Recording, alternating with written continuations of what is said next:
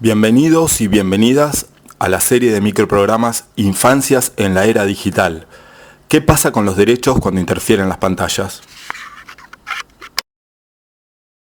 En el segmento Digit, episodio número 9, entramos a un tema que te súper interesa y tal vez hasta te preocupe: la adicción a los videojuegos.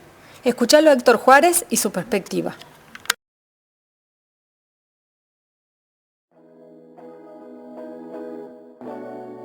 Hasta la fecha, los médicos se enfrentan a la falta de consenso sobre la naturaleza de la afección que tratan. Sin embargo, la Organización Mundial de la Salud puso en marcha un proceso de consulta que duró 4 años para analizar las repercusiones de los videojuegos en la salud pública y definirlo claramente. Con estos resultados se diagnosticó el trastorno por uso de videojuegos cuando, durante un periodo de al menos 12 meses, se muestre un comportamiento caracterizado por la pérdida del control sobre el tiempo que se pasa jugando, la mayor prioridad que adquiere el juego frente a otros intereses y actividades, y la continuación de esta conducta a pesar de sus consecuencias negativas. De esta manera, la adicción a los videojuegos desde el 1 de enero del 2022 se incluyó al Manual de Nuevas Enfermedades. Esto es Digit y hoy vamos a hablar de la adicción a los videojuegos.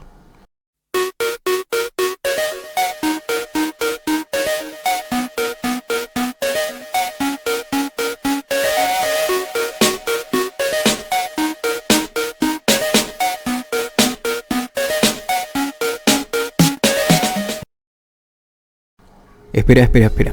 Antes de seguir, mejor aclaremos que para algunos gamers y profesionales de la salud mental, este diagnóstico es prematuro, ya que podría dar lugar a un sobrediagnóstico, alimentar el pánico moral acerca de los videojuegos, la estigmatización de los jugadores, numerosos casos falsos positivos y un importante daño a la comunidad gaming, integrada por muchos perfiles de jugadores que pasan grandes horas delante de la pantalla, sin que suponga un trastorno.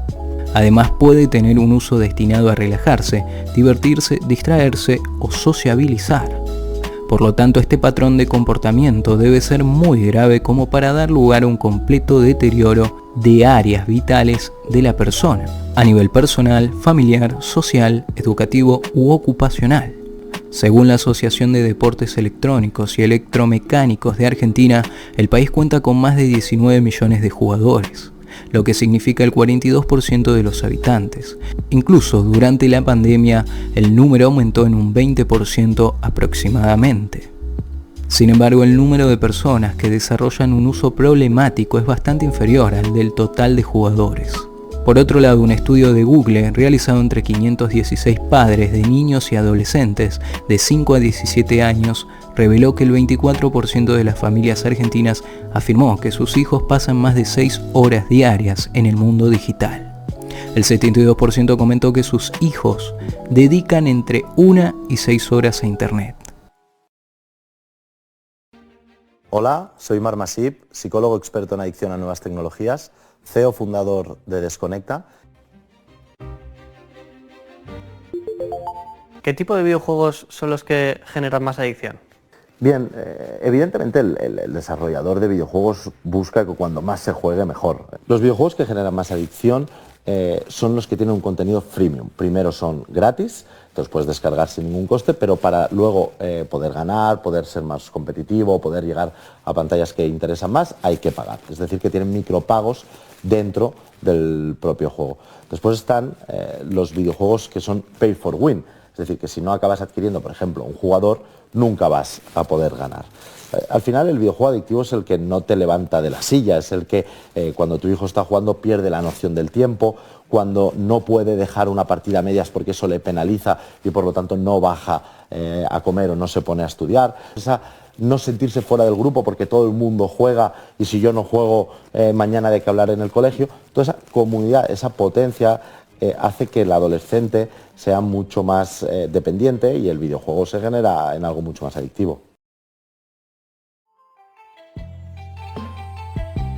La doctora Sofía Achab, directora del programa sobre comportamientos adictivos en el Hospital Universitario de Ginebra, afirma que los sistemas de recompensa que ofrecen objetos virtuales o recompensas reales son peligrosos.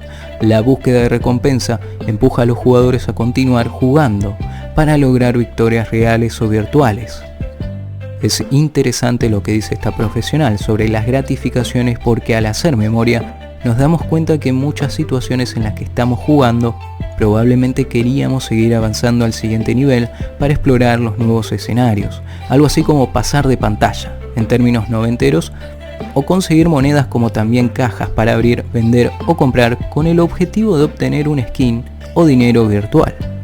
De esta manera las horas de juego aumentaban, notando esto cuando el sol se escondía. No podemos dejar de lado que muchos niños y adolescentes utilizan a los videojuegos como un elemento para evadir la realidad. Muchos viven situaciones problemáticas en la familia y su única opción es desconectarse de la realidad para volver a conectarse con ese mundo virtual que le da ese momento de paz y tranquilidad al ponerse sus auriculares. Otro motivo puede ser el aburrimiento que se genera por las pocas oportunidades de conocer a otros adolescentes con sus intereses o por no dominar habilidades sociales. De esta forma se busca rellenar el tiempo libre. Aunque esta adicción puede surgir en cualquier momento desde el comienzo de la actividad, también es cierto que existe un rango de edad en la que es más probable que la persona se vuelva adicta. En este sentido, los chicos son más vulnerables entre los 12 y 20 años. Es necesario identificar el momento en que la afición pasa a ser una adicción. Esa es la clave para poder tomar medidas rápidamente. Por ello es recomendable que los padres limiten y controlen el tiempo que sus hijos pasan frente a la consola de videojuegos o el ordenador.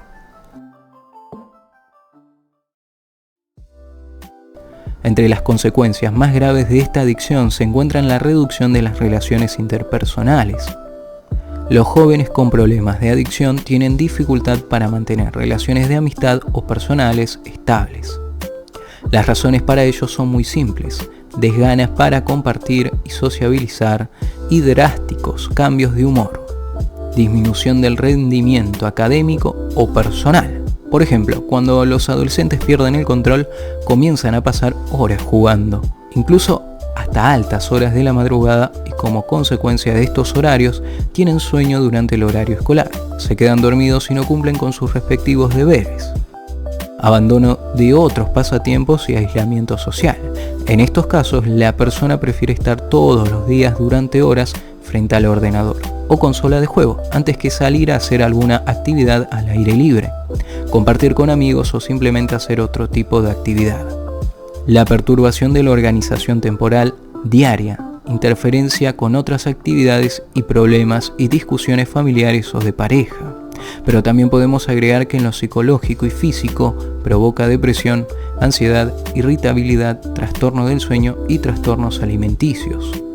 El tratamiento en general puede variar dependiendo del paciente y la persona encargada de suministrar dicho tratamiento, pero expertos en el tema coinciden en que la terapia más adecuada para obtener mejores resultados es la cognitivo-conductual, en donde se realizan ejercicios en los cuales el paciente adquiere una conciencia de la cantidad de tiempo que pasa jugando y la manera en la que los videojuegos han modificado y dominado su estilo de vida, además de afectar sus relaciones personales.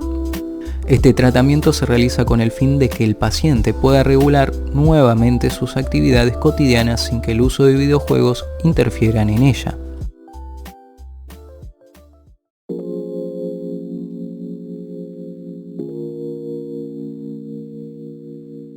En conclusión, presentar pantallas antes de tiempo en edades muy tempranas, no poner límites en cuanto a horas de juego y permitir que los mismos interfieran en la vida cotidiana impidiendo el desarrollo de otras actividades pueden ser decisiones muy perjudiciales.